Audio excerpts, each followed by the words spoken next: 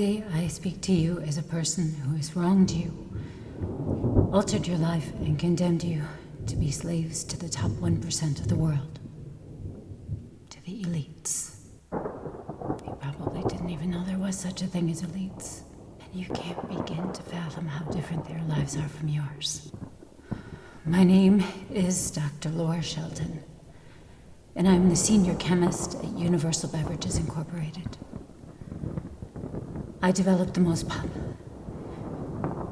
only drink available on the market today in the 22nd century. It is the drink you all know. The drink we call Good Life. You can't really buy anything else, can you? You certainly can't buy pure water because there's none left. In fact, it's been several generations since any of you have even seen pure water. You're probably taking a nice long sip of Good Life right now, or it's in your cabinet and you're thinking about it.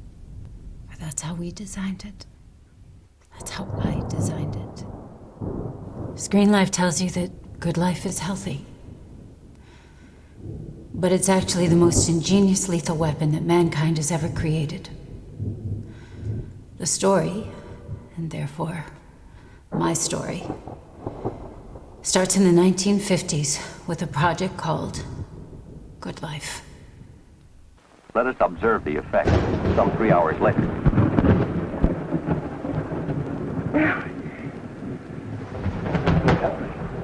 Well, I couldn't possibly tell you. It's here. Can't you feel it? Good Life developed from a satisfying drink to being satisfaction itself.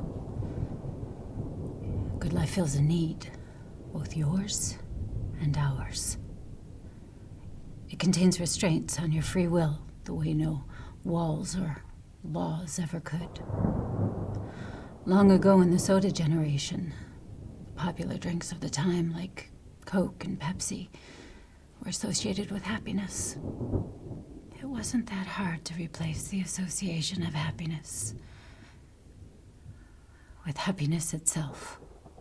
It started with an environmental catastrophe in 2028. No one paid much attention at the time. Highly toxic waste was dumped into the sea for decades.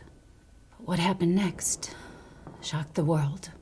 Our clean water supply, even our clean groundwater supply, began to diminish. First only in certain areas, surprising scientists because they didn't know what to do or what was causing the problem. We believe it started when temperatures worldwide steadily rose, releasing methane hydrate frozen in ice and under the oceans. This phenomena, combined with illegally dumped chemicals and atmospheric deposition, set off an unprecedented chain reaction of events. We could stop the dumping and even had the technology to start cleaning up the air pollution. But we could not keep up with the rate of chemical changes to stop the calamity. Only 3% of the water above ground was fresh water stored in lakes and rivers around the world. Most fresh water was in solid form, ice. But when temperatures rose worldwide, the ice melted and fresh water declined by 20%. The next source of fresh water is groundwater. The world tried to live off groundwater, but the simple fact is that not all groundwater is geographically available or protected from contamination and rising sea levels. It was a convergence of the probable that very quickly became the unthinkable. And soon, the unstoppable. By 2060, clean fresh water had become a problem of epic proportions.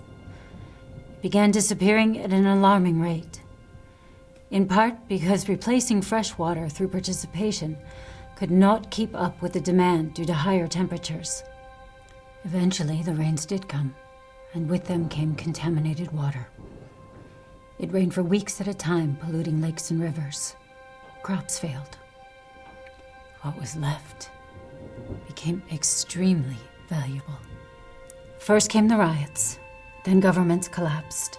People began dying of thirst in the streets or from drinking polluted water.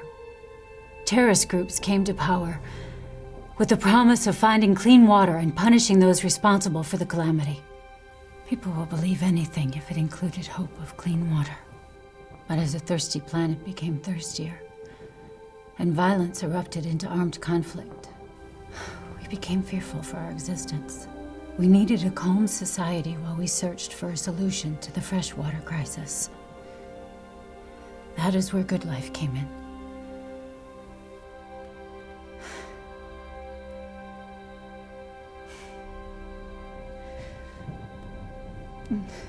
That is where I came in. We developed X-23. In very small doses, it reduces violent outbursts, making people calm and friendly. Governments quickly realized the drink's potential for keeping social order and immediately diverted all drinkable water to the production of Good Life. We eliminated water from everything we could. We even developed waterless washing, the sonic dishwasher, and the electronic shower. As societies torn apart by violence, riots, and anarchy returned to calm civil obedience, we saw our scientific works as serving the greater good. What we didn't foresee was the future. Good Life shortens your lifespan. Under the circumstances, it was felt that this would be a benefit to both industry and the government. You work, and when you start to deteriorate, you do it quickly enough to avoid expensive medical treatments or pensions. And yet, till then, you are satisfied. You are vital. You are addicted. We needed you complacent, impotent, and manageable. Good Life is giving us absolute control over you. Some of you have rebelled, but they soon disappear. Most of you just succumb to the long-term effects of Good Life. I'm sorry for my part. I thought I was truly helping society, humanity, by reducing people's urge to violence and mayhem. But ultimately, I was just giving governments the ability to reduce their people to slavery. Good Life is the first effective weapon for those in power to control the world. The fate of our species hangs in the balance. And the strings of history are tied to our control for resources. Power and manipulation have reached their apogee in our time. We, all of us, have reduced our world to a wasteland. But all is not lost. I need you to step